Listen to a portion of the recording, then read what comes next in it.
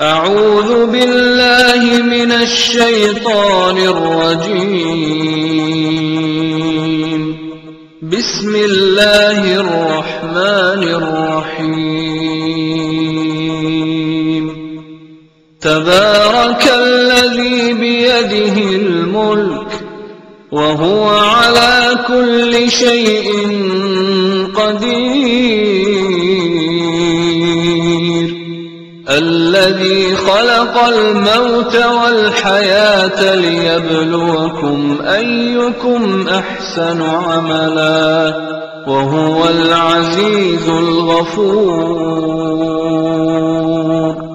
الذي خلق 7 سماوات طباقا ما ترى في خلق الرحمن من تفاوت فارجع البصر هل ترى من فطور ثم ارجع البصر كرتين ينقلب إليك البصر خاسئا وهو حسير. ولقد زينا السماء الدنيا بمصابيح وجعلناها رجوما للشياطين وأعتدنا لهم عذاب السعير. وللذين كفروا بربهم عذاب جهنم وبئس المصير. إذا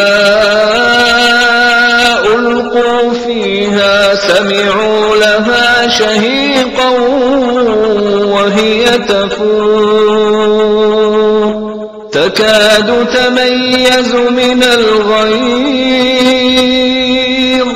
كلما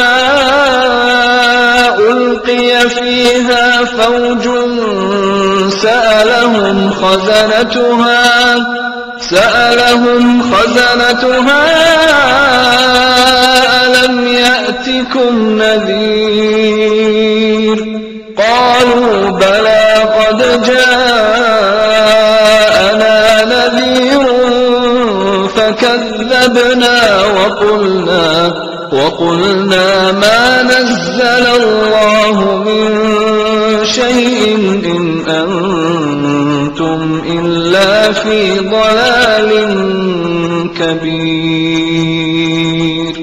وقالوا لو كنا نسمع أو نعقل ما كنا في أصحاب السعير. فاعترفوا بذنبهم فسحقا لأصحاب السعير. إن الذين يخشون ربهم بالغيب لهم مغفرة وأجر كبير. وأسروا قولكم أو اجهروا به إنه عليم بذات الصدور. ألا يعلم من خلق وهو اللطيف الخبير. هو الذي جعل لكم الأرض ذلولا فامشوا في مناكبها وكلوا من رزقه وإليه النشور. அல் குர்ஆன் விழிப்புணர்வு மாநாட்டின் 6வது நிகழ்வாக இடம்பெற இருப்பது குர்ஆன் ஹதீஸ் ஒளியில் சூனியம் என்ற கருப்பொருளில் கருத்து பரிமாற்றம் கலந்துரையாடல். டாக்டர் ஷேக் எம்.எஸ். ரைஸ்தீன் சரை எஸ்.எம். ரைஸ்தீன் சரை அவர்களும் எம்.ஐ.எம். அன்சார் தப்லீகி அவர்களும் குர்ஆன் ஹதீஸ் பேசுவோர் மத்தியில் இன்று இந்த சூனியம் சம்பந்தமான தலைப்பில் பல்வேறுபட்ட கருத்துக்கள் இருப்பதையும், ஒரு சாரார் சூனியம் இருக்கிறது, குர்ஆனிலும் ஹதீஸிலும் அது சொல்லப்பட்டிருக்கிறது என்றும், இன்னொரு சாரார் சூனியம் இல்லை, அப்படி எந்த ஒன்றும் நடக்கவும் இல்லை, ரசூலுல்லாஹ்வுடைய வாழ்க்கையிலும் அல்லது குர்ஆனில் வருகின்ற அந்த சூனியம் சம்பந்தப்பட்ட வசனங்களுக்கு வேறு அர்த்தம் என்ற அமைப்பிலும் கிட்டத்தட்ட சூனியம் என்பது அதை நம்புவது குஃபுர் என்கின்ற அளவிற்கு இன்றைய தௌஹீத் இயக்கங்கள், குர்ஆன் ஹதீஸ் பேசக்கூடிய இயக்கங்களுக்கு மத்தியில் கருத்துக்கள் போய்கொண்டிருக்கின்ற சந்தர்ப்பத்தில் இதனுடைய உண்மைத்தன்மை என்ன? குர்ஆன் ஹதீஸில் வருகின்ற சூனியத்தினுடைய வார்த்தைகள் அல்லது நபி ஸல்லல்லாஹு அலைஹி வஸல்லம் அவர்களுக்கு சூனியம் செய்யப்பட்டதாக இவ்வளவு காலமாக நாம் அறிந்து வைத்திருந்த விடயங்கள் அது உண்மைதானா என்பதை இந்த கலந்துரையாடல்கள் எங்களுக்கு நிரூபித்து காட்டும் என்று நம்புகிறோம். ونعوذ بالله من شرور أنفسنا وسيئات أعمالنا من يهده الله فلا مضل له ومن يضلل فلا هادي له وأشهد أن لا إله إلا الله وحده لا شريك له وأشهد أن محمدا عبده ورسوله أما بعد. அன்பிற்குரிய சகோதரர்களே, ஒரு குறுகிய நேரத்திற்குள் ஒரு விரிவான தலைப்பை சுருக்கமாக பேச வேண்டியிருக்கின்றது, நாமும் தெளிவடைய வேண்டியிருக்கின்றது. அத்தலைப்பு தான் சூனியம் என்பது.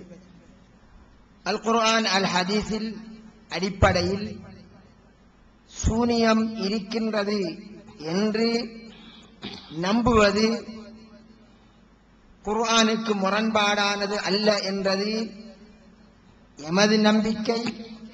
இன்னும் எமக்கு முன் சென்ற இமாம்கள், ஹதீஸ் கலை அறிஞர்கள் அவர்களும் குர்ஆன் ஹதீஸின் பின்னணியில் அந்த நம்பிக்கை கொண்டவர்களாக இருந்தார்கள். எனவே இமாம்கள் சொன்னார்கள், நம்பினார்கள் என்பதல்ல எமக்கு ஆதாரம். குர்ஆனும் ஹதீஸும் அது இருக்கின்றது என்பதை சொல்கின்றது.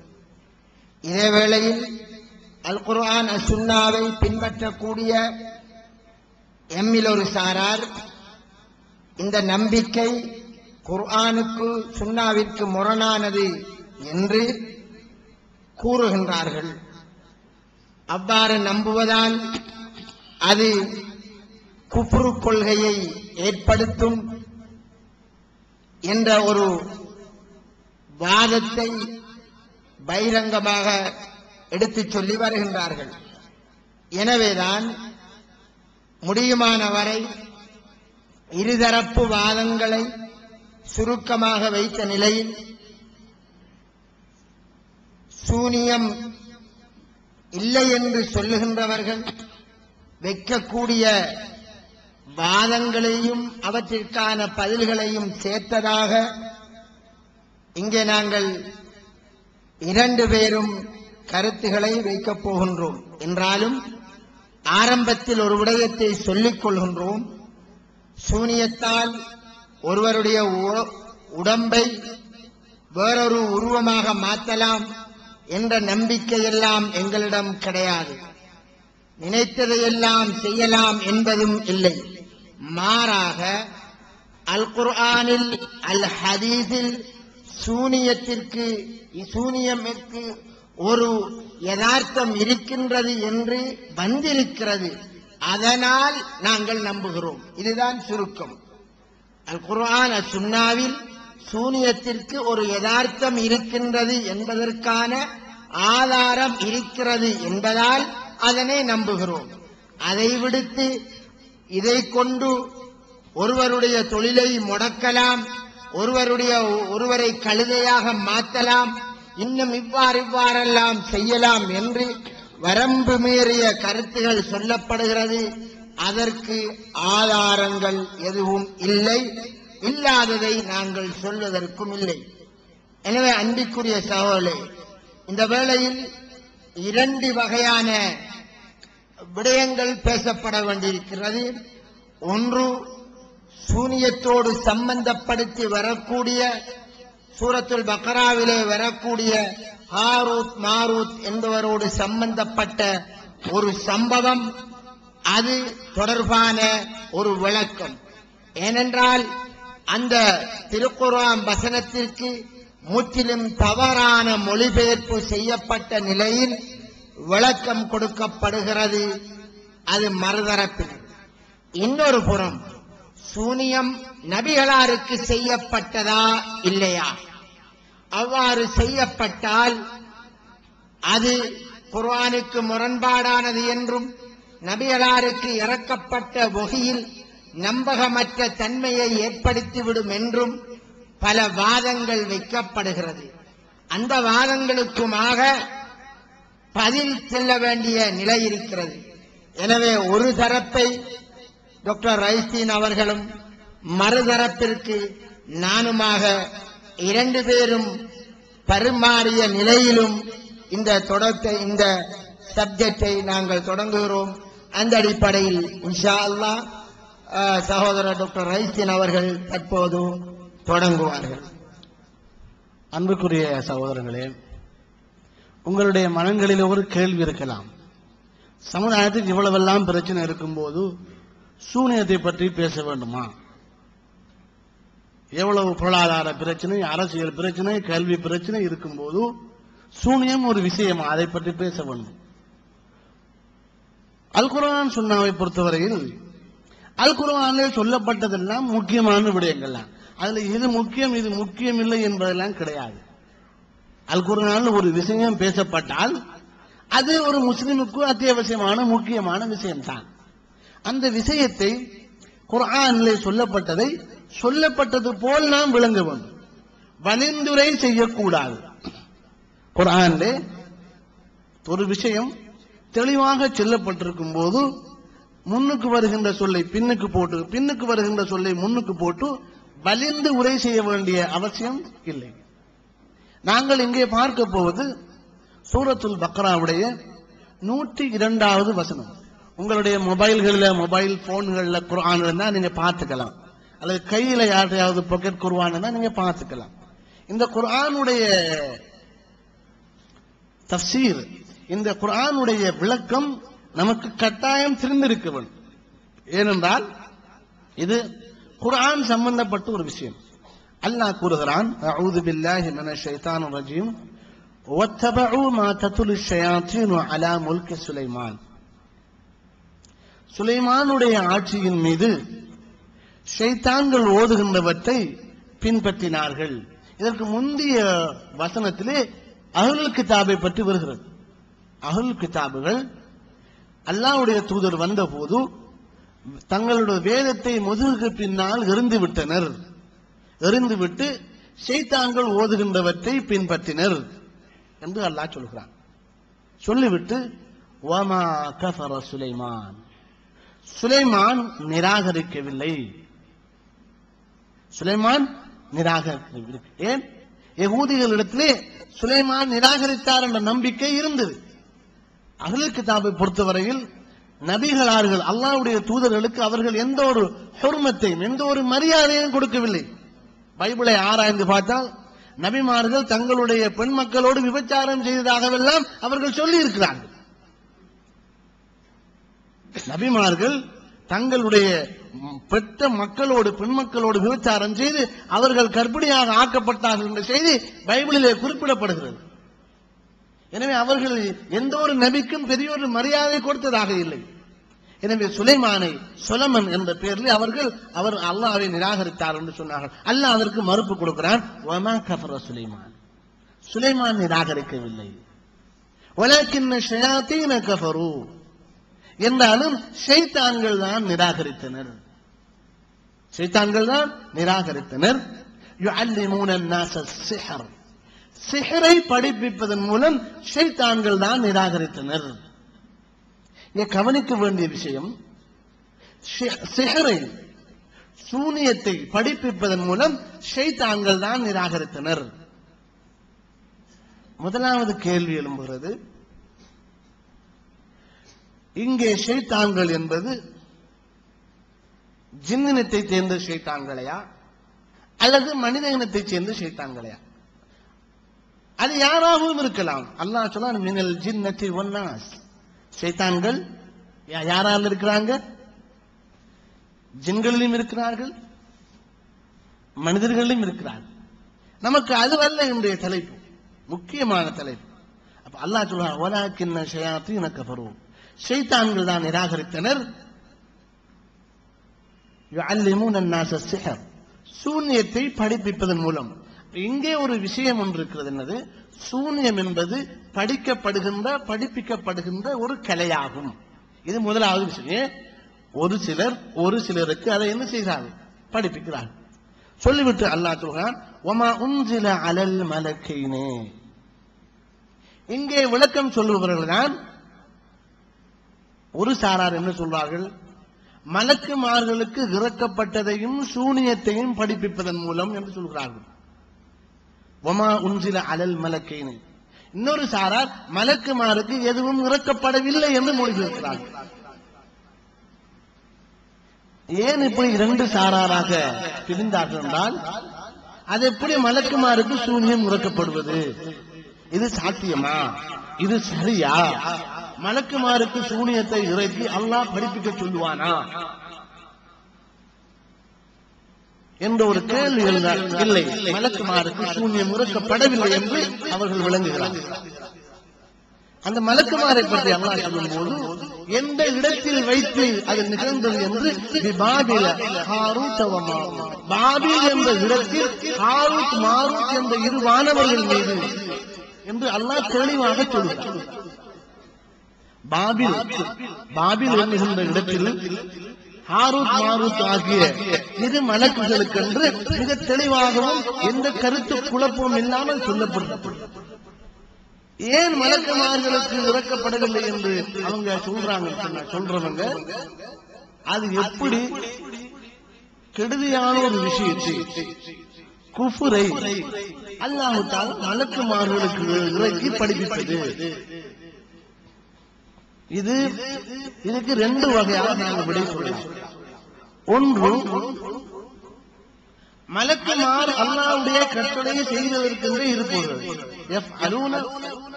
அவர்களுக்கு ஏவப்படுவதை அவர்கள் செய்வார்கள்.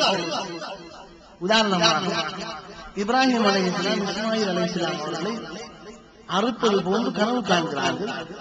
அறுப்பதற்காக கொண்டு செல்கிறார்கள். குழந்தையை கொல்லுவது இஸ்லாத்தில் நியாயமா?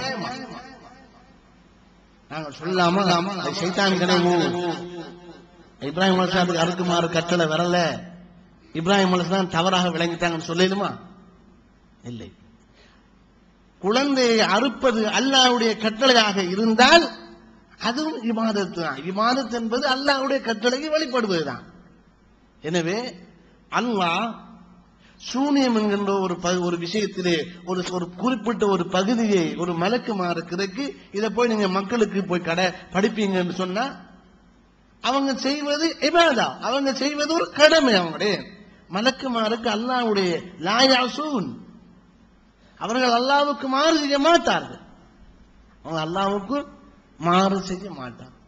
எனவே ஒருவிட அல்லாஹ்வுக்கு எல்லாவற்றுக்கும் அதிகாரம் இருக்கிறது. அவன் மலக்குமார்களிடத்திலே சூனியத்தை பற்றிய செய்தியை கொடுத்து மக்களுக்கு போய் படிப்பீங்கன்னு சொல்லலாம். இரண்டாவது விளக்கம், மலக்குமாரிடத்திலே சூனியத்தை பற்றிய தகவல்களை கொடுத்து மக்களுக்கு போய் இதை நீங்க படிப்பீங்க, இதனுடைய ஹகீகத் இதுதான். சூனியம் செய்பவர்கள், சூனியக்காரர்கள் தங்களுடைய வேலைகளை இப்படித்தான் செய்கிறார்கள் என்று நீங்கள் அவர்களுக்கு விளங்கப்படுத்துங்கள் என்று கொடுத்திருக்கலாமே. உதாரணமாக நாங்கள் டிவி புரோகிராம்களை பார்க்கிறோம். மந்திரமா தந்திரமா என்று புரோகிராம் செய்கிறார்கள். என்ன செய்கிறார்கள்? மந்திரமா தந்திரமா. அந்த புரோகிராம்ல, அந்த நிகழ்ச்சியில் எங்களுக்கு எதை சொல்லித்தாராங்கன்னு சொன்னா, எதை சொல்லித்தாராங்க? இந்த மந்திரவாதிகள் என்று சொல்பவர்கள் என்ன தந்திரங்களை கையாண்டு அவர்கள் இந்த பேப்பரை கொடுத்தா புறாவா மாத்துறதும், புறா போல பறக்கிறதும், புறாவை பிடிச்சி கோழி மாதிரி காட்டுறதும், எந்த விதமான தந்திரோபாயங்களை பாவித்து நம்மளை ஏமாற்றுறார்கள் நாங்க சொல்லிக் கொடுக்கிறோம். அதே மாதிரி சூனியக்காரர்கள் அவர்களுடைய இந்த மாயாஜால வேலைகளை, அவர்களுடைய இந்த திருவிளையாடல்களை எப்படி எப்படி செய்கிறார்கள், எப்படி இவர்கள் குஃப்ரிலே ஈடுபடுகிறார்கள் என்பதை அடையாளப்படுத்தி விளங்கப்படுத்தி இருக்கலாம். இப்ப நான் மந்திர வித்தையை பற்றி, ஜால வித்தையை பற்றி மக்களுக்கு படிப்பிக்கிறேன். அதுல ஒரு 10 பேர் என்ன செய்யலாம், அதை படிச்சுட்டு போய் தெரியாத ஊர்ல அவனே மந்திரவாதியா மாறலாமா இல்லையா? நம்ம இங்க ஒரு பயான் பண்றோம், இப்படித்தான் வித்தைக்காரர்கள் வித்தையை எங்களுக்கு தெரியாம ரகசியமாக செய்கிறார்கள். இப்ப இதுல ஒவ்வொரு ஊர்ல இருந்து ஒரு ஆட்கள் வந்துக்கிறாங்க. இதுல ஒரு 10 பேருக்கு யோசனை வரலாம், ஆஹா நமக்கு இப்போ ஒரு பெரும் பகுதி மந்திரங்கள் வித்தைகள் தெரியும், நம்ம ஏதாவது ஒரு ஊருக்கு போய் நாமளே போய் மாயாஜால வித்தைக்காரனாக மாறினால் என்ன, எனக்கு அப்படி செய்யணும் இப்படி செய்யணும், செஞ்சா என்ன செய்யலாம். எனவே அந்த மலக்குமார்களை பற்றி அல்லாஹ் சொல்லும் போது அல்லாஹ் சொல்லுகிறான், وَمَا يُعَلِّمَانِ مِنْ أَحَدٍ حَتَّى يَقُولَا إِنَّمَا نَحْنُ فِتْنَةٌ فَلَا تَكْفُرْ. அந்த மலக்குமார்கள் அவர்கள் இருவரும் எவருக்கும் படிப்பிக்கவில்லை. ஹத்தா யகூலா இன்னமா நஹ்னு ஃபித்னா, நாங்கள் ஒரு சோதனையாகவே இருக்கிறோம். ஃபலா தக்ஃபுர், எனவே நீ நிராகரிப்பாளனாக ஆகி விடாதே என்று சொல்லாமல் படிப்பிக்கவில்லை. அப்ப விளங்குதா சூனியத்துடைய ஹகீகத்தை, சூனியத்திலே ஈடுபடுபவர்கள் என்ன என்ன தந்திரங்களை என்ன மந்திரங்களை பாவிக்கிறார்கள், எப்படியான குஃப்ரான செயல்களில் ஈடுபடுகிறார்கள் என்பதை அவர்கள் விளங்கப்படுத்துகிறார்கள். விளங்கப்படுத்திட்டு சொல்றாங்க, விஷயத்தை நீங்க விளங்கிட்டீங்க, ஃபலா தக்ஃபுர், நிராகரிச்சிடாங்க, நீங்களே இந்த காரியங்கள்ல ஈடுபட்டு காவிர்கள் ஆகி விடாதீர்கள் என்று அவர்களுக்கு ஒருவருக்கும் எந்த ஒருவருக்கு அவர் விளங்கப்படுத்தினாலும் எந்த ஒருவருக்கு அவர்கள் படிப்பித்தாலும் நீங்க காவிர் ஆகாதீங்க என்று சொல்லாம படிப்பிக்கல. இதை தெரிஞ்சு கொள்றவன் காவிர் ஆவதற்கான வாய்ப்பு இருக்கிறது.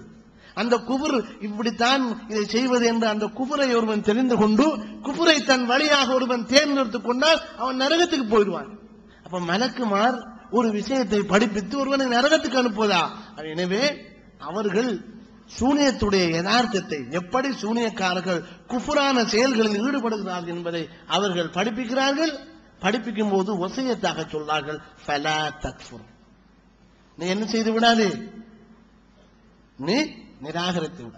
அன்புக்குரிய சகோதரர்களே, சிலர் சொல்கிறார்கள் இது மலக்குமார்கள் அல்ல, ஹாரூத் மாரூத் என்ற ஷைத்தான்கள்.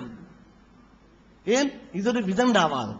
ஹாரூத் மாரூத் என்ற ஷைத்தானுக்கு என்ன தேவை இருக்குது? படிப்பிக்கும் போது ஃபலா தக்ஃபுர், நீ நிராகரிக்காதே என்று சொல்றதுக்கு என்ன தேவை இருக்கு? ஷைத்தானுக்கு தேவை என்ன தேவை? அவன் காவிர் ஆகிறது தான் தேவை. மனிதனை குஃபுரிலே சிறுக்கிலே கொண்டு போய் நிரந்தரமாக நரகத்தில் கொண்டு போய் சேர்ப்பதுதான் ஷைத்தானுக்கு தேவை. எனவே ஷைத்தான்கள் படிப்பிக்கும் போது ஃபலா தக்ஃபுர், நீ நிராகரிக்காதே என்று சொல்லி படிப்பாங்களா? எனவே அதை படிப்பித்தவர்கள் நிச்சயமாக நல்லவர்களாகத்தான் இருக்கணும், ஈமானை இஸ்லாத்தை சரியாக தெரிந்தவர்களாக இருக்கணும். எனவே மலக்குமார்கள் தான் சூனியத்தை படிப்பித்தார்கள். ஒன்று, அது அல்லாஹ்வுடைய கட்டளை என்பதற்காக செய்தார்கள். 2, அல்லாஹ் அவர்களுக்கு எதை விளக்குமாறு மக்களுக்கு சொன்னானோ அதை செய்தார்கள். அதிலே அவர்கள் மீது எந்த குற்றமும் இல்லை. அதை சொல்லும் போது, அதை படிப்பிக்கும் போது அவர்கள் என்ன சொல்கிறார்கள்? ஃபலா தக்ஃபுர். சொல்லிவிட்டு அல்லாஹ் அவர்களை சொல்லும் போது சொல்றான், என்ன சொல்றான்? ஃபயத்தஅல்லமூன மின்ஹுமா மா யுஃபர்ரிகூன பிஹி பைனல் மர்இ வஸௌஜி. அந்த வானவர்கள் அவர்களிடத்திலே இருந்து, அவ்விருவரிடத்திலே இருந்து அவர்கள் கணவன் மனைவியை பிரிக்கின்றதை படித்துக் கொள்கிறார்கள். மலக்குமார் என்னென்னவெல்லாம் சொல்லி கொடுத்திருக்கிறாங்க. ஆனா படிக்கிறாக்கள கவனம் எதில் இருக்குது? கணவன் மனைவி பிரிப்பதிலே இருக்கிறது என்று சொல்லிவிட்டு அல்லாஹ் சொல்கிறான், வமா ஹும் பிதார்ரீன பிஹி மின் அஹதின் இல்லா பிஇذنில்லாஹ். அதை கொண்டு அவர்கள் யாருக்கும் எந்த கெடுதியும் விளைவிக்க மாட்டார்கள், இல்லா பிஇذنில்லாஹ், அல்லாஹ்வுடைய அனுமதி இல்லாமல் எந்த கெடுதியும் அவர்கள் விளைவிக்க மாட்டார்கள். எனவே சூனியத்தை கொண்டு ஏதாவது ஒரு மனிதன் செய்யலாம், தனியாக அல்லாஹ்வுடைய அனுமதி இல்லாமல் செய்யலாம் என்று ஒருவன் நம்பினால் அது குஃப்ராகிவிடும். ஆனால் சூனியத்தை கொண்டு மனிதன் இன்னொரு மனிதனுக்கு கெடுதி விளைவிக்கலாம், அதற்கு அல்லாஹ்வுடைய அனுமதி வேண்டும். அல்லாஹ் நாடாம் என்ன செய்யாது, நடக்காது என்று நம்புவதுதான் சூனியத்தை பற்றிய இஸ்லாத்தினுடைய சரியான நிலைப்பாடு. அல்லாஹ் நாடினால் நடக்கும். அதற்கு மறுபக்கமாக ஒரு விளக்கத்தையும் சொல்லலாம். உதாரணமாக புகாரிலே ஒரு ஹதீஸ் வருகிறது, சுருக்கமாக முடிப்பு. ஒரு சஹாபாக்கள் ஒரு பிரயாணத்துல போறாங்க. அந்த ஊர்ல விஷம் கொட்டப்பட்ட ஒரு மனிதர் இருக்கிறார். அந்த ஊர்ல ஒரு பொம்பளை பிள்ளை வந்து, எங்களுடைய தலைவருக்கு விஷம் கட்டி இருக்குது, உங்கள ஒருவர் ஓதி பார்ப்பதற்கு இல்லையா? அப்ப அப்துல்லா இப்னு மஸ்ஊத் சஹாபாக்களோட போனவர் அங்க போய் சூரத்துல் ஃபாத்திஹா என்ன செய்றார்? அபூ சயீத் அல் குத்ரி சூரத்துல் ஃபாத்திஹாவை அவருக்கு ஓதுகிறார். ஓதும் போது அந்த மனிதன் விஷம் கட்டப்பட்டிருந்த கைகால் கட்டப்பட்டிருந்தவன் போல இந்த மனிதன் அவன் எழும்பி விட்டான். அப்ப கடித்தது என்ன? விஷம். ஓதப்பட்டது என்ன? சூரத்துல் ஃபாத்திஹா. சூரத்துல் ஃபாத்திஹா அவனுடைய உடலுக்குள்ளே போனதா? இல்லை. அந்த சூரத்துல் ஃபாத்திஹாவை ஓதும் போது அல்லாஹ் அவனுக்கு ஷிஃபாவை, ஆரோக்கியத்தை அல்லாஹ் நாடுகிறான். எனவே சூனியம் என்பதை கொண்டு இந்த சூனியக்காரர்கள் எதையாவது ஓதும் போது, எதையாவது மந்திரிக்கும் போது அல்லாஹ் ஒன்றை நாடுகிறான் என்று புரிந்தால் சூனியம் என்பது அதற்கு அல்லாஹ்வுடைய நாட்டத்தினால் பாதிப்பு ஏற்படும் என்று நம்பினால் அது எங்களுடைய ஈமானை எந்த விதத்திலும் பாதிக்காது. அப்படி இல்லாமல் சூனியத்தை கொண்டு சூனியக்காரர்கள் அல்லாஹ்வையும் மீறி எங்களை பாதிப்பார்கள், எங்களுக்கு ஏதாவது பாதிப்பு நடத்துவார்கள் என்று நம்புவது அது குஃப்ரிலே கொண்டு போய் சேர்த்து. இதுதான் இந்த ஆயத்தை பற்றிய சரியான விவரம். இந்த ஆயத்திலே எந்த ஒரு வார்த்தையை முன்னுக்கு பின்னுக்கு மாற்ற வேண்டிய, குழப்ப வேண்டிய, மலக்குமார்களை சைத்தான்கள் என்க வேண்டிய, சைத்தான்கள் மீது மலக்குமார்கள் மீது இறக்கப்படவில்லை என்று சொல்ல வேண்டிய தேவை எதுவும் இல்லை. வல்லாஹு அலம் வபில்லாஹி தௌஃபீக். அன்புக்குரிய சகோதரர்களே, சகோதரர் சொன்ன அதே தொடரிலே மலக்குமார்கள் அதை சொல்லிக் கொடுக்கின்ற போது நாங்கள் சோதனைக்காக அனுப்பப்பட்டிருக்கிறோம், இது உங்களுக்கு ஒரு சோதனை என்ற ஒரு வார்த்தையை பாவிக்கிறார்கள். உங்களுடைய பிள்ளைகளும் உங்களுடைய சொத்துகளும் ஒரு ஃபித்னா, சோதனை என்று அல்லாஹ் சொல்கிறான். அல்லாஹ் அடியார்களை ஒவ்வொரு விதமாக சோதிப்பான். மலக்குமார்கள் கெட்டதை செய்வார்களா? சூனியம் கெட்டதென்றால் கெட்டதை செய்வார்களா என்று ஒரு கேள்வி கேட்டால், சாராயம் என்பது கெட்டதா நல்லதா? கெட்டது. அதை அல்லாஹ் ஏன் படைத்தான்? சோதனைக்காக படைத்தான். பெண் என்பவள் ஆணுக்கு நலவானவள், அவளை அழகாக படைத்துவிட்டு அவளை கடுவி ஃபித்னா இருக்கின்றது என்பதை அங்கே வைக்கின்றான். ஃபித்னா என்று ரசூலுல்லாஹ் சொன்னார்கள்.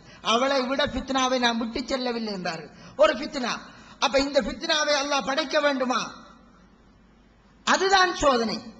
அடியானை சோதிப்பதற்காக அல்லாஹ் நாடியதை செய்வான். இதிலே கண்ணுக்கு புலப்படக்கூடிய விடயத்தை அவன் படைத்து விட்டான். கண்ணுக்கு புலப்படாதது என்கிறது சூனியம். அதை வஹி மூலமாக சொன்னால் நபிமார்கள் சொன்னார்கள், திருக்குர்ஆனின் மூலமாக. அதிலே ஒன்றை சொன்னார், சூரத்துல் ஃபாத்திஹா ஒரு மந்திரம். இது மாதிரி அல்லாஹு தஆலா படைத்த படைப்பினம் கண்ணுக்கு புலப்படக்கூடிய விடயங்களை படைத்த மாதிரி கண்ணுக்கு புலப்படாத சில விடயங்களையும் சோதனைக்காக வெளிப்படுத்தினான். அதுதான் எது? இந்த சூனியம் என்பது. எனவே அதை சோதனைக்காக இறைவன் படைத்திருக்கிறான் என்று நம்புவதில் குற்றமில்லை. இவர் சொன்ன மாதிரியாக அல்லாஹ்வின் உத்தரவு கொண்டுதான் அவர்கள் தீங்கிழைக்க முடியும் என்றால் தீங்கு ஒன்று இருக்கிறது, ஆனால் அல்லாஹ்வின் அனுமதி வேணும். முஸ்லிமிலே ஒரு ஹதீஸ் வருகிறது, ஒவ்வொரு நோய்க்கும் மருந்திருக்கிறது. ஃபைதா உஸீப தவாஉத் தாஇ பரிஅ பிஇذنில்லாஹ். நோய்க்குரிய நிவாரணம் மருந்து சரியாக வந்துவிட்டால் அல்லாஹ்வின் உத்தரவு கொண்டு சுகமடைந்திடுவார். எனவே மருந்து பாவித்தால் சுகம் பெற வேண்டும், எப்போது அல்லாஹ் அனுமதித்தால் தான் என்று நாம் நம்புறோமா இல்லையா? மருந்து தானாக அல்லாஹ்வின் கட்டளை இல்லாமல் சுகத்தை தரும் என்று நம்பினால் அது குஃப்ர். இது மாதிரி தான் சூனியம் என்று சூனியத்தை கொண்டு நாம் விரும்பியதெல்லாம் செய்யலாம் என்று யாரும் நம்பக்கூடாது. நம்பினால் பிழை, அல்லாஹ் நாடினால் நடக்கலாம். எப்படி அவர் பேசிய அதிலேயே நான் ஒன்றை சொல்கிறேன். சூரத்துல் ஃபாத்திஹாவை ஓதி ஒரு சஹாபி மந்திரித்தார், அதனால் சுகமடைந்தார் ஒருவர். புகாரியிலே ஹதீஸ் வருது, நாங்கள் நம்புகிறோம். இதேவேளை இன்று நீங்கள் சூரத்துல் ஃபாத்திஹாவை விசைத்தண்டு தீண்டியவருக்கு உங்களில் யாரும் மோதினால் சுகமடையவில்லை, சுகமாகிறார் இல்லை. எனவே அந்த ஹதீஸ் லைஃபானது என்று சொல்வீர்களா? அங்கே அல்லாவின் உத்தரவு வந்திருந்தது, அதனால் சுகமானது. நாம் ஓதுகின்ற போது நமது ஈமானும் பலகீனம், அல்லாவின் உத்தரவும் வரவில்லை, சுகமாகவில்லை.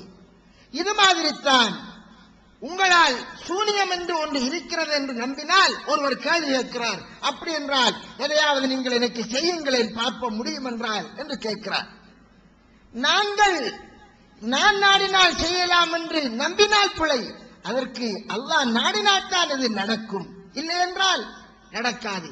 எப்படி சூரத்துல் ஃபாத்திஹா ஓதி ஒருவருடைய விஷத்தந்தினுடைய அந்த ஆபத்தில் இருந்து அவரை காப்பாற்றுவது என்ற அல்லாஹ்வின் நாட்டம் வரணுமோ அது மாதிரி என்று நாங்கள் விசுவாசிக்கிற போது அதில் எந்த முரண்பாடும் இல்லை. ஏனென்றால் இதை பேச வேண்டி வருகிறது, சூனியம் இருக்கிறது என்று நம்பினாலே அவர்கள் தௌஹீதை விட்டு வெளியிறங்கி விட்டார்கள், அவர்கள் குஃப்ருக்கு போய்விட்டார்கள் என்று இன்று பாரிய பிரச்சாரம் நடக்கிறது. இதேவேளை நாங்கள் ஒன்றை இடையிலே மீண்டும் ஞாபகப்படுத்துகிறேன். அதற்காக இன்று எமது சமுதாயத்திலே சூனியக்காரர்கள் என்று நிறைய பேர் இருக்கிறார்கள். அவர்களை பார்த்து என்ன சொல்கிறோம்? முடியும் என்றால் எனக்கு செய்து காட்டுங்கள் என்று சொல்கிறோம். ஏன் தெரியுமா சொல்கிறோம்? அவர்கள் சொல்கிறார்கள் நாங்கள் அப்படி செய்கிறோம் இப்படி செய்கிறோம் என்று மக்களை ஏமாற்றுகிறார்கள், மக்களை ஏமாற்றி வயிறு வளர்க்கிறார்கள். அதை நம்பி சமுதாயம் ஈமானை விட்டு இழந்து போகிறார்கள். அதனால் இவர்கள் பிராடு செய்கிறார்கள், ஏமாற்றி செய்கிறார்கள். இவர்களை நம்பி போகாதீர்கள் என்பதற்காக சொல்கிறோம். ஆனால் இருக்கின்றது என்று ஏன் சொல்கிறோம்? ஹதீஸில் வந்தது என்பதற்காக. இதை நீங்கள் புரிந்து கொள்ள வேண்டும். அடுத்ததாக அன்பிற்குரிய சகோதரர்களே, ரசூலுல்லாஹி ஸல்லல்லாஹு அலைஹி வஸல்லம் அவர்களுக்கு சூனியம் செய்யப்பட்டது என்கிற ஒரு ஹதீஸ் புகாரியிலே, முஸ்லிமிலே மற்றும் அதிகமான கிரந்தங்களிலே வருகின்றது. இந்த ஹதீஸ் குர்ஆனுக்கு முரண்படுகிறது. இதை நம்பினால் குர்ஆன் வசனத்தை நிராகரிக்க வேண்டும் என்று கூறி, எனவே இந்த ஹதீஸ் அறிவிப்பாளர் ரீதியாக ஆதாரமாக இருந்தாலும் குர்ஆனுக்கு முரண்படுகிறது. எனவே அது லைஃபானது, ஏதோ ஒரு குறை இருக்கும் என்று ஒரு வாதம் வைக்கப்படுகிறது. ஒன்று. இரண்டாவது, இந்த ஹதீஸை நம்பினால் குர்ஆனிலேயே சந்தேகப்பட வேண்டி ஏற்படும் என்று இன்னொரு வாதம் வைக்கப்படுகிறது. அன்பிற்குரிய சகோதரர்களே, இங்கே ரசூலுல்லாஹ்விற்கு சூனியம் செய்யப்பட்ட ஹதீஸை அறிவிப்பவர் ஆயிஷா ரலியல்லாஹு அன்ஹா. அவரிடமிருந்து கேட்டு சொல்கிறவர் அவருடைய சகோதரியின் மகன் உர்வா. ஆயிஷா ரலியல்லாஹு அன்ஹா பொய் சொல்வார்களா? சொல்ல மாட்டார்கள். அவரை அடுத்தவர் உர்வா. அவர் பொய் சொல்வாரா? அவரில் எந்த குறையும் யாராலும் காண முடியாத அளவிற்கு மிக நம்பகமானவர். அவர் சொன்ன பல 100 ஹதீஸ்களை எல்லோரும் ஏற்றுக்கொள்கிறார்கள். அவரிடமிருந்து கேட்டவராறு ஹிஷாம். அவரும் அதே மாதிரி யாராலும் குறை காணப்படாதவர். இவர்கள் இந்த 3 பேருடைய எந்த ஒரு ஹதீஸும் மறுக்கப்படவில்லை. காரணம், அவர்கள் பொய் சொல்லாதவர்கள். அவர்கள் சொன்னதை அவர்கள் மிக நம்பகமான என்பதால் ஏற்று நடக்கிறோம். இந்த ஹிஷாம் என்ற 3ஆம் நபர், அவரிடமிருந்து கிட்டத்தட்ட 10 பேர் மாணவர்கள் கேட்டு அறிவிக்கின்றார்கள். எங்களுக்கு ஹிஷாம் சொன்னார், எங்களுக்கு அவர் உர்வாவிடம் கேட்டார், அவர் ஆயிஷாவிடம் கேட்டார் என்று மிக மிக நம்பகமான நம்பகத்தன்மையில் உச்ச நிலையில் உள்ள 10 மாணவர்கள் சொல்கிறார்கள். இவரினூடாகத்தான் புகாரிக்கு போகிறது, முஸ்லிமுக்கு போகிறது. இப்படி அது இமாம்களுடைய கிரந்தங்கள் பதியப்பட்டிருக்கிறது. இப்போது என்ன கூறுகிறார்கள் என்றால், அறிவிப்பாளர் சரிதான், ஆனால் இந்த செய்தி அது நம்ப முடியாத செய்தி. அப்படி என்றால் செய்தி நம்ப முடியாது என்றால் இது பொய் என்பதுதான் மறுபொருள். கேள்வி, யார் அந்த பொய்யர்? வந்திருக்கலாம் என்று சொன்னால் ஆயிஷா தவறு விட்டாரா என்று வைத்துக் கொள்வோம். இல்லை இல்லை என்பார்கள். அப்ப யார் விட்டிருப்பார்? ஆயிஷா அல்லது உருவா அல்லது ஹிஷாம். அவருடைய மாணவர்கள் 10 பேர். 10 பேர் ஒரே செய்தியை சொன்னால் மிக நம்பகமானவர்கள் என்கிற போது நாங்கள் நம்ப வேண்டிய நிர்பந்தம் நிலைக்கு தள்ளப்படுகிறோம். ஹிஷாம் பொய் சொன்னார் அல்லது மறந்தார் என்று சொன்னால் என்ன நடக்கும் தெரியுமா? அந்த ஹிஷாம் விடயத்தில் ஒரு தீர்ப்பு கொடுபடும் அல்லது உருவா விடயத்தில் ஒரு தீர்ப்பு கொடுபடும். இவர்கள் மறதியாக கூட்டிக் குறைச்சி சொல்கின்றவர்கள் என்று சொல்ல வேண்டி வரும். ஆயிஷா பொய் சொன்னார் என்றால், அப்படி என்றால் ஆயிஷா மறதியாக கூட்டிக் குறைச்சி சொன்னவர் என்று சொல்ல வேண்டி வரும். அப்படி இந்த 3 பேரில் ஒருவரில் குறை கண்டால் அவர்கள் அறிவித்த எல்லா ஹதீஸிலும் சந்தேகம் வரும்.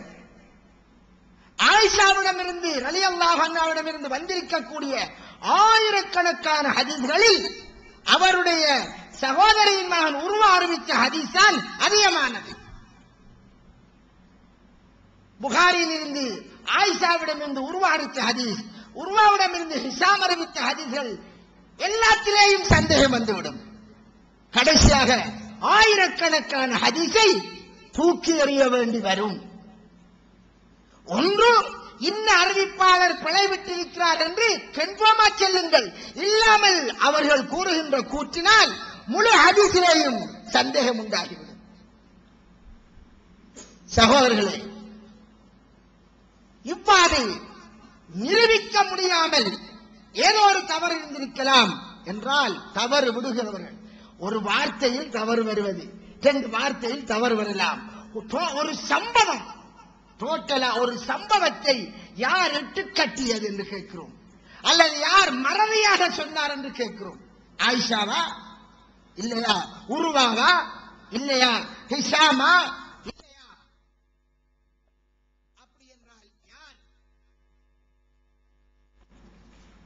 அவரின் பின்னால் வரக்கூடிய அப்துல்லா பின் ஹுமைர், சுஃபியான் பின் உயைனா பெரும் இமாம்கள் தான் அதற்கு அடுத்து கேட்கிறார்கள்.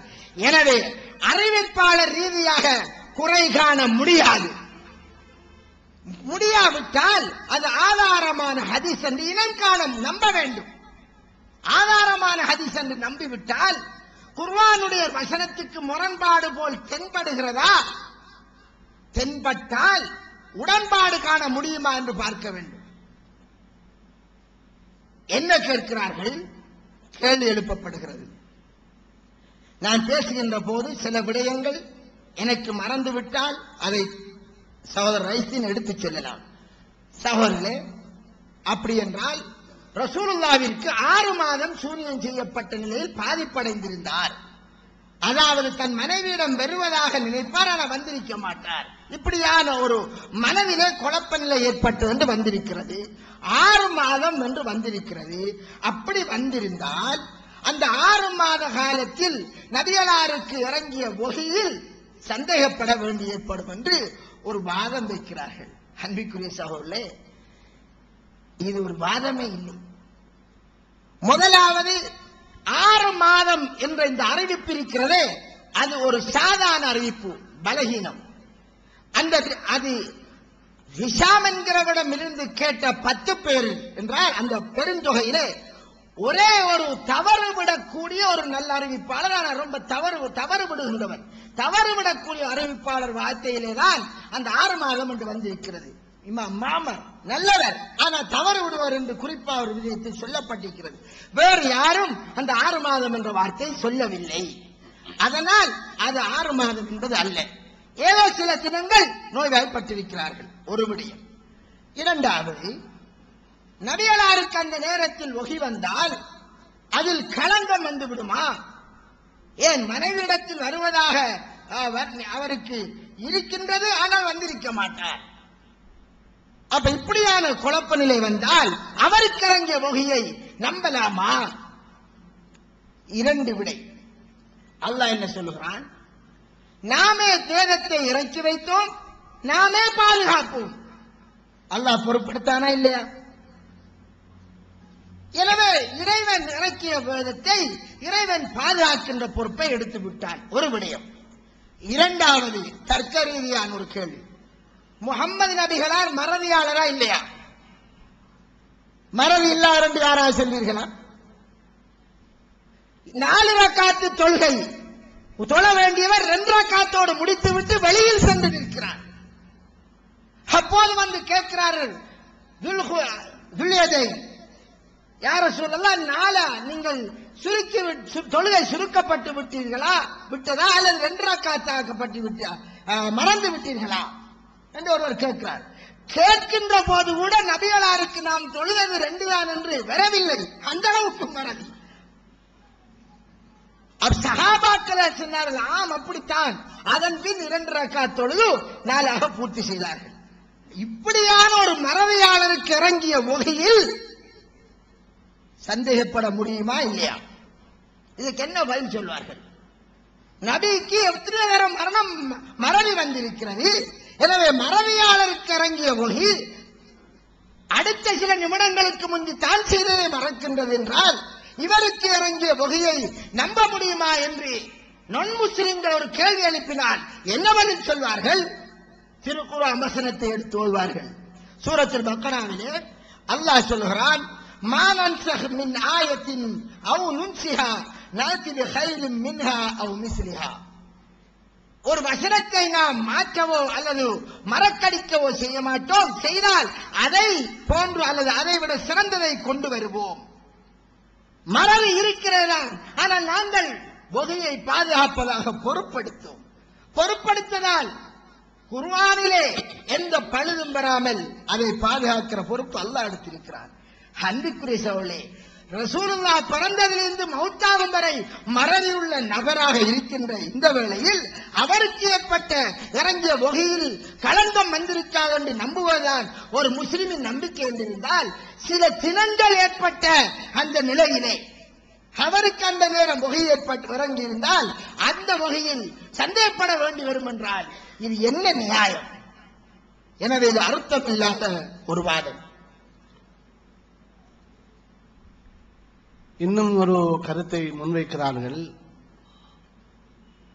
மக்காவிலே வாழ்ந்த முஷ்ரிக்கீங்கள் சொல்லுகிறார்கள், ரசூலுல்லாவை பார்த்து, சஹாபாக்களை பார்த்து, இன் தத்தபிஊன இல்லா ரஜுலம் மஸ்ஹூரா,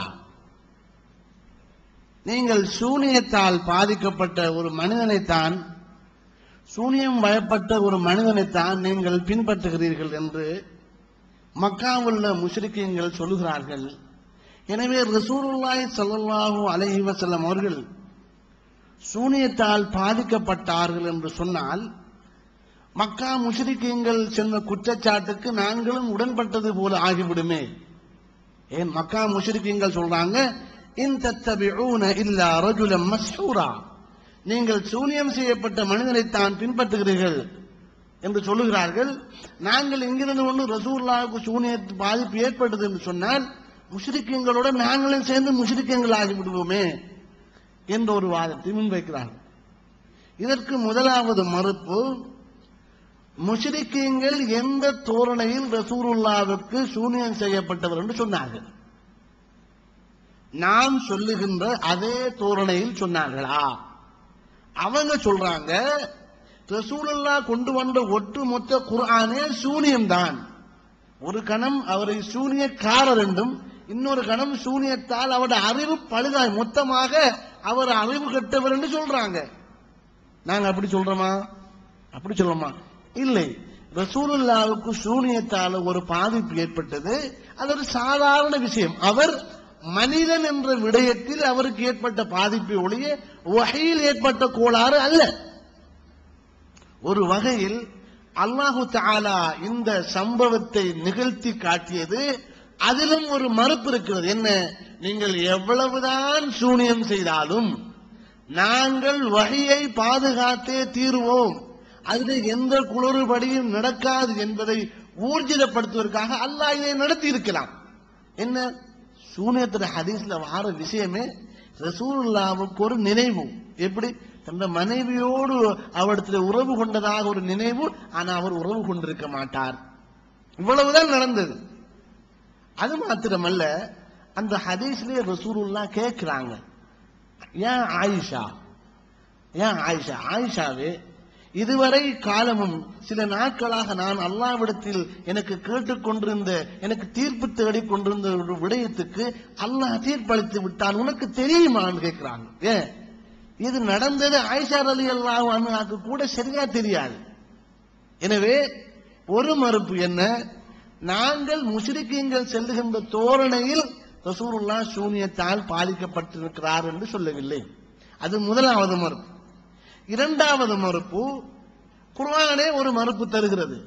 கவனியுங்கள், மூசா அலைஹிஸ்ஸலாத்தை பார்த்து ஃபிர்அவுன் சொல்லுகிறான், என்ன சொல்லுகிறான், قال له فرعون إني لأظنك يا موسى مسحورا. மூசாவே நான் உன்னை சூனியத்தால் பாதிக்கப்பட்டவனாகவே கருதுகிறேன் என்று யார் சொல்றான்? ஃபிர்அவுன் சொல்றதாக அல்லாஹ் சொல்றான். அதே குர்ஆன்ல மூசா அலைஹிஸ்ஸலாம் அவர்கள் சூனியத்தால் கடுமையாக பாதிக்கப்பட்டதையும் சொல்றான் அல்லாஹ். எப்படி சொல்றான்? அந்த மந்திரவாதிகள் அவர்களுடைய கைத்தடிகளையும் கயிறுகளை இருந்த போது அந்த பாம்புகள் போல் அது நெளிவது போல என்ன செஞ்சிட்டு மூசா அலைஹிஸ்ஸலாத்துக்கு தென்பட்டது. அவங்க அப்படியே பயந்துட்டாங்க. யார் சொல்றா இத? யார் சொல்லா? வரலாறா? இல்ல, அல் குர்ஆன் சொல்லு. பாம்பு நெளிகிற மாதிரி அவருக்கு தோன்றியது. மூசா அலைஹிஸ்ஸலாம் என்ன செஞ்சிட்டாங்க? பயந்துட்டாங்க. அப்ப ஃபிரௌன் சொல்றான் சூனியத்தால பாதிக்கப்பட்டவன் என்று, அல்லாஹ்வும் சொல்றான் சூனியத்தால பாதிக்கப்பட்டு பயந்துட்டாங்க. பாம்பு மாதிரி தெரிஞ்ச உடனே கொஞ்சம் மூசாவுக்கு பயம் பிடிச்சிட்டு அல்லாஹ் சொல்றான். எனவே அன்புக்குரிய சகோதரர்களே, இரண்டும் வெவ்வேறு தோரணை. மூசா அலைஹிஸ்ஸலாத்துக்கு அந்த சூனியக்காரர்கள் செய்த சூனியத்தால பாதிப்பு ஏற்பட்டதா? ஆமா.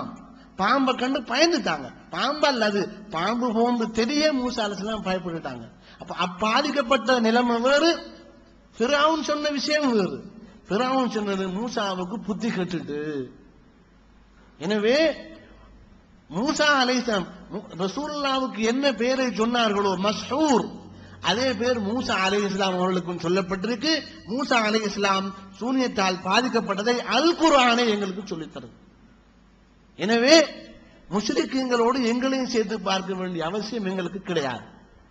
இன்னும் ஒரு கேள்வி இருக்கிறது. குர்ஆனிலே நான் சொன்ன விளக்கத்திலே எல்லாவற்றையும் அல்லாஹு தஆலா நபிமார்களை இறக்கி படிப்பிக்க, எல்லாவற்றையும் அல்லாஹு தஆலா நபிமார்களை இறக்கி படிப்பிக்க, சூனியத்தை மட்டும் ஏன் அல்லாஹ் மலக்குமாரை இறக்கி மக்களுக்கு படிப்பிக்க வேண்டும்?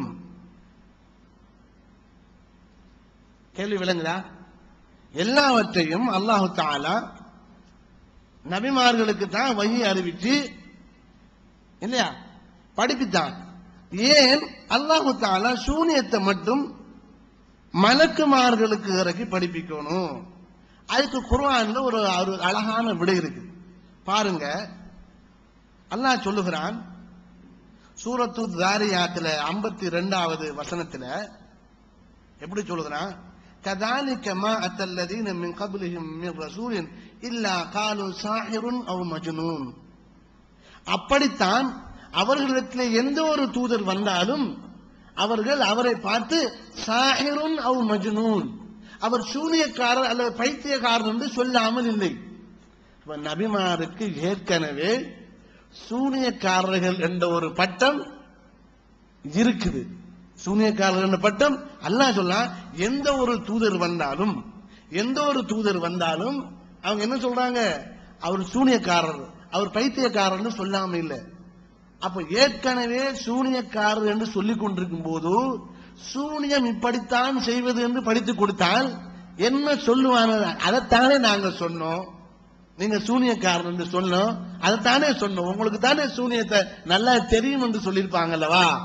அந்த காரணத்துக்காக என்னவோ அல்லாஹ் சுப்ஹானஹு வ தஆலா நபிமார்களுடைய கையில சூனியத்தை பற்றிய விவரத்தை கொடுக்காம என்ன செஞ்சுக்கலாம்? மலக்குமாறு பிரத்யேகமாக இறக்கி இப்படித்தான் சூனியம் செய்வது என்று நபிமாரை அல்லாஹ் காப்பாற்றிருக்கிறான்.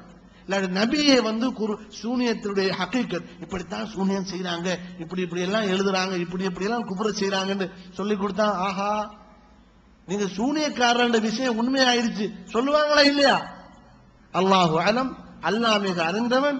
எனவே மலக்குமார்களை அல்லாஹ் இறக்கி சூனியத்தை படிப்பதிலே இப்படியான ஒரு ஹிக்மத்தும் அல்லாஹ்விடத்தில் இருந்திருக்கலாம். வல்லாஹு அலம்.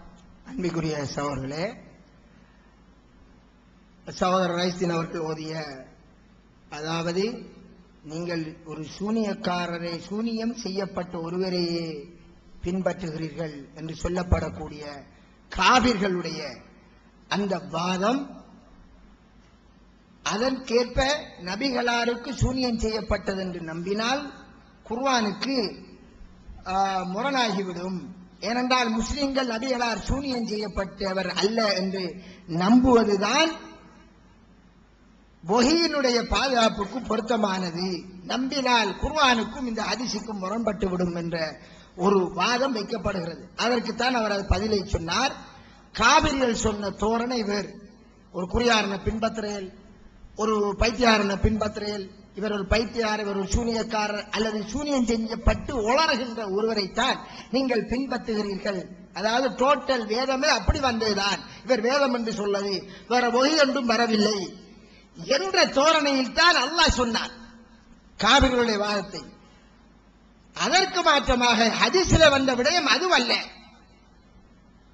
இதில் முரண்பாடு இல்லை என்பதற்கு இன்னொரு விடயத்தை சொல்கிறேன். குர்ஆனிலே சூரத்துல் மாயிதாவிலே 67ஆம் வசனத்திலே அல்லாஹ் சொல்கிறான், நபி ரசூலை அழைத்து அல்லாஹ், உன் ரப்பிடமிருந்து இறக்கப்பட்டதை நீ எத்தி வை, நீ செய்யவில்லை என்றால் தூதுத்துவத்தை எத்தி வைத்தவராக மாட்டாய்.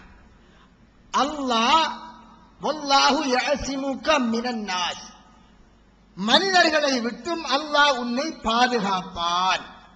அதாவது மக்களிடமிருந்து ஏற்படக்கூடிய தீங்குகளிலிருந்து அல்லாஹ் உன்னை பாதுகாப்பான் என்று இந்த வசனத்திலே அல்லாஹ் சொல்லிவிட்டான். சகோதரனே, அல்லாஹ் இங்கே பாதுகாப்பான் என்று சொல்லி இருந்தால் அல்லாஹ்வுடைய வாக்கு உண்மையா இருக்கும். அப்படி உண்மையாக இருந்தால் நபியலாருக்கு அந்த வஹியை எத்தி வைத்து முடிக்கும் வரை, அதாவது மரணம் வரும் வரை காவிர்களால் எந்த தீங்கும் ஏற்பட்டிருக்க கூடாது. அல்லாஹ் பாதுகாப்பேன் என்று பொருட்படுத்தான். இங்கே அல்லாஹ் உயிரை மட்டும்தான் பாதுகாப்பேன் என்று அல்லாஹ் வார்த்தை சேர்க்கவில்லை. காவிர்களுடைய தீங்கிலிருந்து பாதுகாப்பான் என்று பொருட்படுத்தியிருக்கிறான். புகாரிலே ஹதீஸ் வருகிறது, நபியலாருக்கு ஓதி யுத்தத்திலே தலையிலே பாரிய காயம் ஏற்பட்டு ரத்தம் வடிந்தது. மற்றும் நபிகளார் தன்னுடைய தூதுத்துவத்தை செய்கின்ற காலத்தில் பல அந்நியர்களால், காவிர்களால் வரக்கூடிய, இறைவன் சொல்கிற இந்த மக்களால் வரக்கூடிய தீங்குகள் குமிந்தது. அப்ப அந்த பாதுகாப்பு எங்கே? அப்ப இந்த குர்ஆன் வசனத்திற்கு அந்த ஹதீஸ் முரண்படுகிறது. ரசூலுல்லாஹ்வுக்கு பல்லு உடைஞ்சது, தலையிலே காயம் ஏற்பட்டது, இதெல்லாம் அல்லாஹ் எடுத்த பொறுப்பை சரியா செய்யவில்லை. எனவே அந்த ஹதீஸ் லைஃப் என்று சொல்வதா? அது புகாரில அந்த ஹதீஸ் வருது, இந்த ஹதீஸ் லைஃப் ஆனது. ஏன் அல்லாஹ் சொல்லுகிறான் பாதுகாப்பேன் என்று, நபிகளாருக்கு பெரிய பெரிய தீங்கு எல்லாம் ஏற்பட்டது என்று குர்ஆனை ஹதீஸை மோத விடுவதா? மோத விட்டு அது புகாரியில் இருந்தாலும் அறிவிப்பாளர் சரியாக இருந்தாலும் அந்த ஹதீஸில் ஏதோ குளறுபடி இருக்கலாம் என்று தட்டுவதா? அல்லது இரண்டுக்கிடையிலே இரண்டும் வஹியோடு வந்தது, நபிகளாரோடு சம்பந்தப்பட வருகின்ற, நபிகளார் சொன்ன செய்தி வஹி, குர்ஆனும் வஹி என்ற குர்ஆனையும் ஹதீஸையும் உண்மை என்று கண்டபோது ஒத்துமை கருத்தை ஏற்படுத்துவதா? என்ன சொல்வோம்? என்ன சொல்கிறார்கள்? எனவே அல்லாஹ் பாதுகாப்பேன் என்று எடுத்தது மௌத்து, காவிர்களால் உயிர் சேதம் வராத அடிப்படையில் பாதுகாப்போம் என்று பொறுப்படுத்தான் என்றுதான் சொல்ல வேண்டும். இல்லை என்றால் காவிர்களால் வந்த தீங்கு ஏற்பட்டிருந்த ஹதீஸ்கள் அனைத்தையும் பொய்ப்பிக்க வேண்டி ஏற்படும். அன்புக்குரிய சகோதரர்களே, அந்த வாதமும் பிழையான ஒரு வாதமாகும். அடுத்ததாக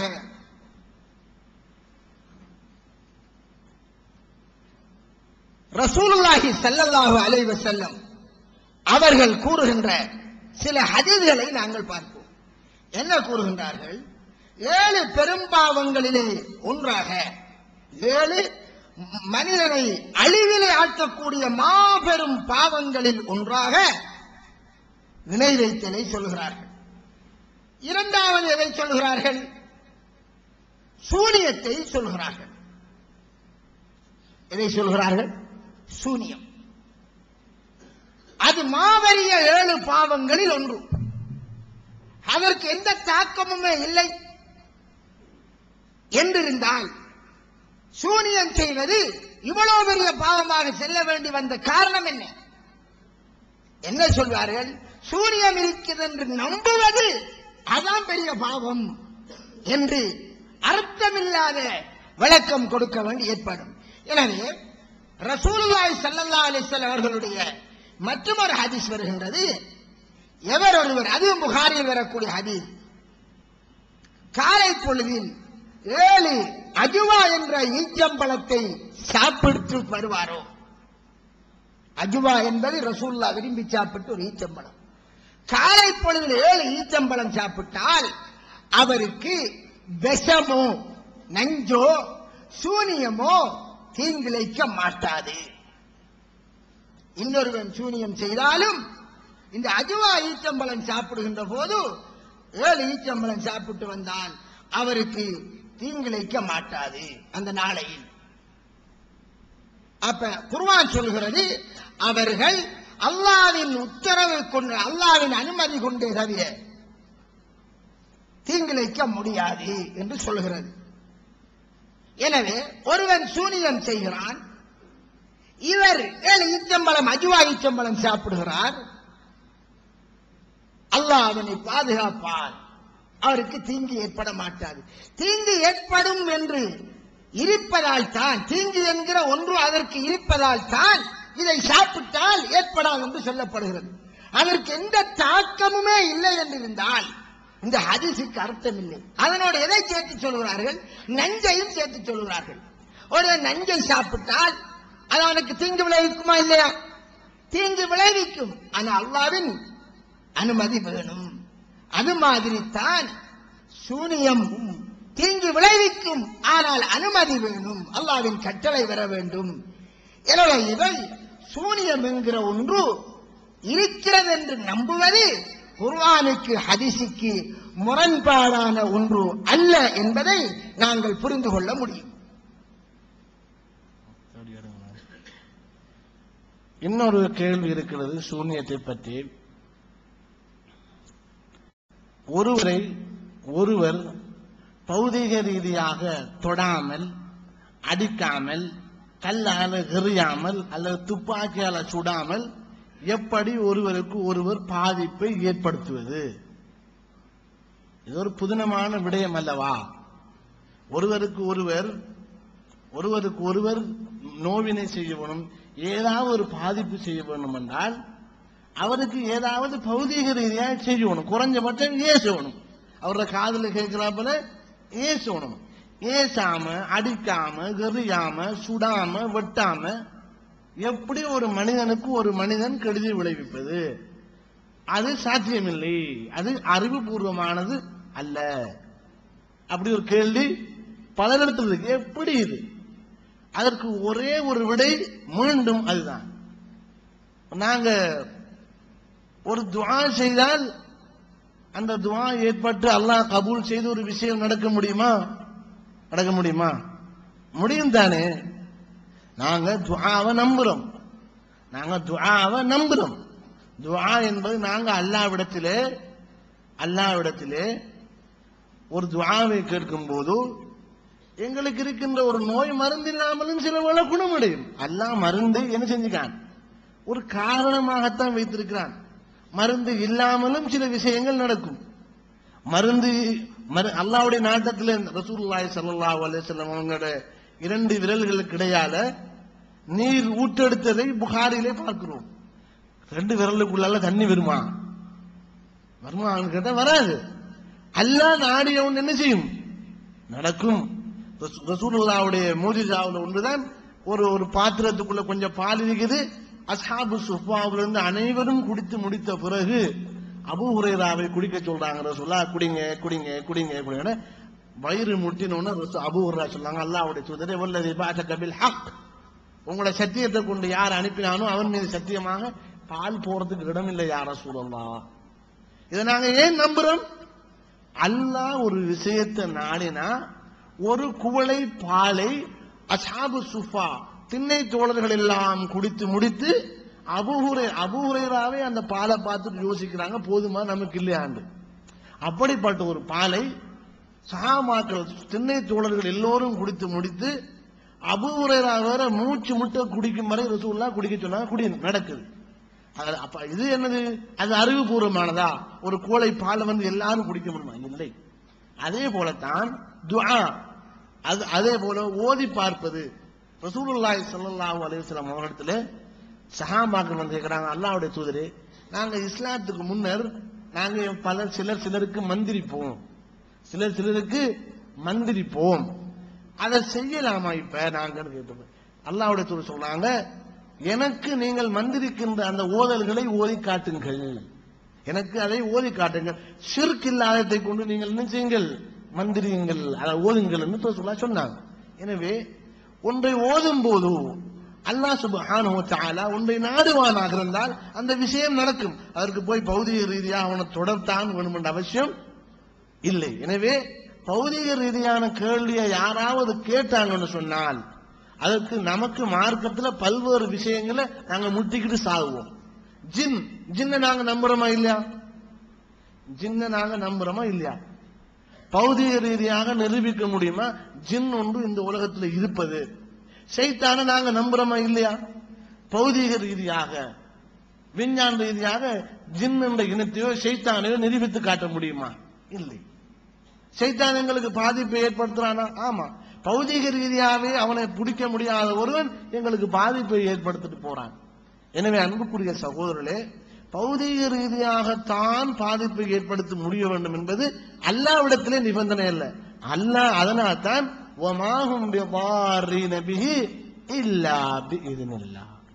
அவர்கள் அதை கொண்டு யாருக்கும் கெடுதி விளைவிக்க முடியாது, இல்லா பிஇذنில்லாஹ், அல்லாஹ் நாடினால் தவிர என்று அல்லாஹ்வுடைய நாட்டம்தான் கடைசியானது.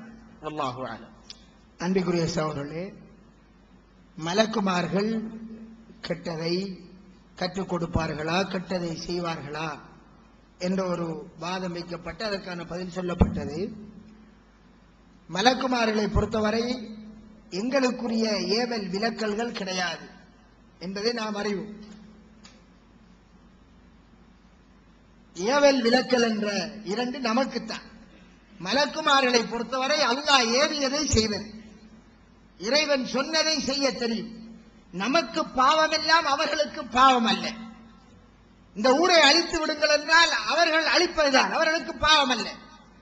மரியம் அலைஹிஸ்ஸலாம் தன்னந்தனியாக வேற இருக்கிறார்கள், பிள்ளை இல்லை. ஜிப்ரீல் அலைஹிஸ்ஸலாம் முழுபடுகிறார் அவருடைய தனிமையிலே. எதற்குள் படுகிறார்? அல்லாஹ் நாடினால் பிள்ளையை உண்டாக்கியிருக்கலாம், ஆகின்ற வார்த்தையோடு உண்டாக்கியிருக்கலாம். ஜிப்ரீல் அலைஹிஸ்ஸலாம் அங்கே போகிறார் மனித உருவத்திலே. அவர் சொல்லுகிறார், என்ன எந்த மனிதனும் தீண்டவில்லை, நான் விபச்சாரியும் இல்லை.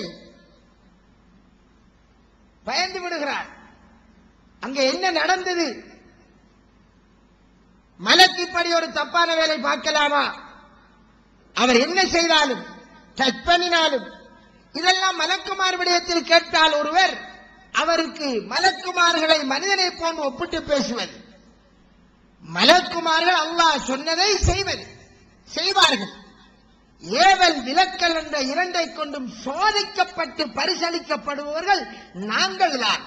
அதனால் அடியார்களை சோதிப்பதற்காக மலக்குமார்களின் மூலமாக சூனியம் என்கிற ஒரு செயலை அல்லாஹ் வெளிப்படுத்தினான். எப்படி நல்ல வார்த்தைகளை ஓதி ஒருவர் ஆரோக்கியத்தை பெற முடியுமோ, ரசூலுல்லாஹ்வுடைய ஒரு ஹதீஸ் என்ன இருக்கிறது?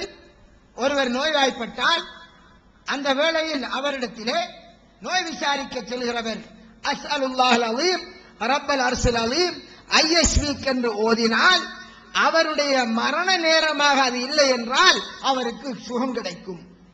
7 தரம் ஓதினால் அங்க என்ன நடக்கிறது? ஒரு இன்ஜெக்ஷன் போகுதா, ஒரு மருந்து போதா, ஒன்றும் இல்லை, அவருக்கு சுகம் கிடைக்கும் என்று ரசூலுல்லாஹ் சொன்னார்கள். நாம ஓதி ஒருத்தருக்கும் சுகமாகுது என்றதுக்காக ஹதீஸ் வைகு ரசூலுல்லாஹ் இந்த ஹதீஸ் சரியில்லை என்று நாம் யாரும் சொல்வதில்லை. சொல்லக்கூடியவர்கள் கூட எந்த வாதத்தை வைக்கிறார்களோ அவர்கள் கூட ஓதி சுகமாகாமல் இருக்கும். அதுக்காக ஹதீஸ் பொய் என்பது அல்ல.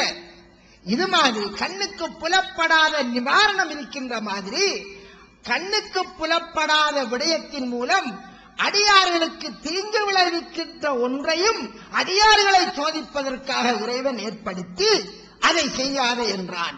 சாராயத்தை படைத்துவிட்டு குடிக்காதே என்றான். அழகான பொண்ணை கண்முன்னே போக வைத்துவிட்டு தொடாதே என்றான்.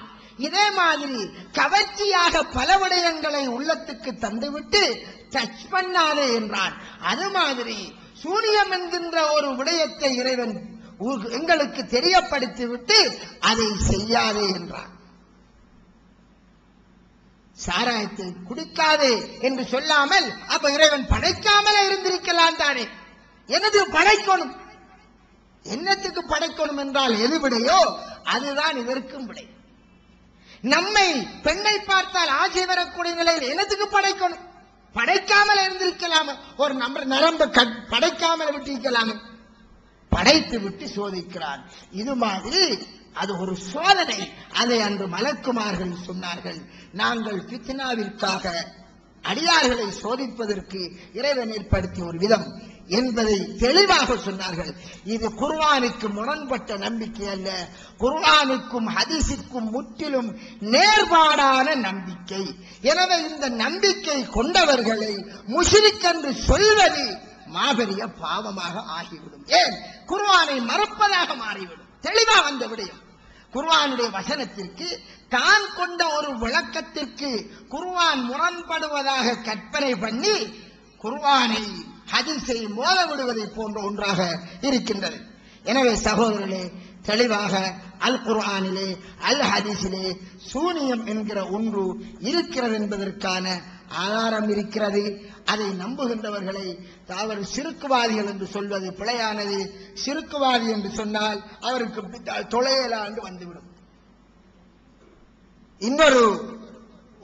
இன்னும் கொஞ்சம் மேம்படுத்தி சொல்ல போனால் இமாம் புகாரி அந்த நம்பிக்கை கொண்டவர், மற்றும் உலகத்தில் வாழ்ந்த ஹதீஸ்களை அறிஞர்கள் நம்பிக்கை கொண்டவர்கள். அப்ப அவர்கள் எல்லாம் குஃப்ர் கொள்கை உள்ளவர்கள் என்று சொல்ல வேண்டிய ஏற்படும். இவர்கள் அறிவித்த ஹதீஸை ஏற்கக்கூடிய முடியாது என்றெல்லாம் சொல்ல வேண்டிய ஏற்படும். ஏன் இன்று என்ன கூறுகிறார்கள்? சூனியத்தை நம்பினால் அவர்கள் குஃப்ர் கொள்கை உள்ளவர்கள், அவருக்கு பின்னால் சொல்ல முடியாது என்று சொல்லக்கூடிய அளவிற்கு எத்தனை பேர் போய்விட்டார்கள் குர்ஆன் ஹதீஸை பேசியவர்கள்.